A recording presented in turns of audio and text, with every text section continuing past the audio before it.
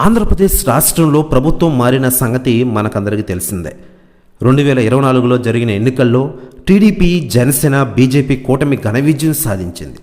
ఇప్పటికే ఆంధ్రప్రదేశ్ ముఖ్యమంత్రిగా చంద్రబాబు నాయుడు గారు ప్రమాణ స్వీకారం కూడా చేశారు. ఆయనతో పాటు పవన్ కళ్యాణ్ గారితో సహా మిగిలిన వారు మంత్రులుగా కూడా ప్రమాణ స్వీకారం చేశారు. అనంతరం మంత్రులకు ఏ శాఖలు వస్తాయని చర్చలు జోరుగా జరుగుతున్నాయి.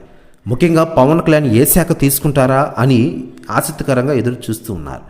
ఇప్పుడు దానిపై కూడా క్లారిటీ వచ్చేసింది. పవన్ కళ్యాణ్కి డిప్యూటీ సీఎం పదవితో పాటు పలు శాఖలు దక్కాయి. పవన్ కళ్యాణ్కి డిప్యూటీ సీఎంగా ఖరారు చేస్తూ అధికార ప్రకటన ఇచ్చారు.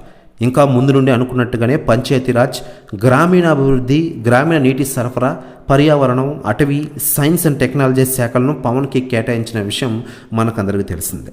ఇక ఇదిలా ఉండగా పవన్ కళ్యాణ్ గారు ప్రమాణ స్వీకారం తర్వాత మోడీ గారి నుంచి ఆయనకి కాల్ వచ్చిందట.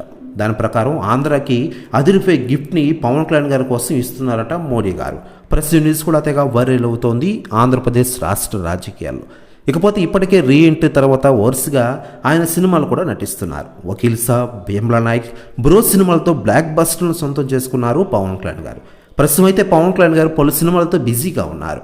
అందులో హరీష్ శంకర్ దర్శకత్వంలో ఉస్తాద్ భగత్ సింగ్, సుజిత్ దర్శకత్వంలో రాబోతున్న ఓజీ సినిమా ఒకటి, ఇంకా క్రిష్ దర్శకత్వంలో రాబోతున్న హరిహర వీరమల్లు సినిమా ఒకటి.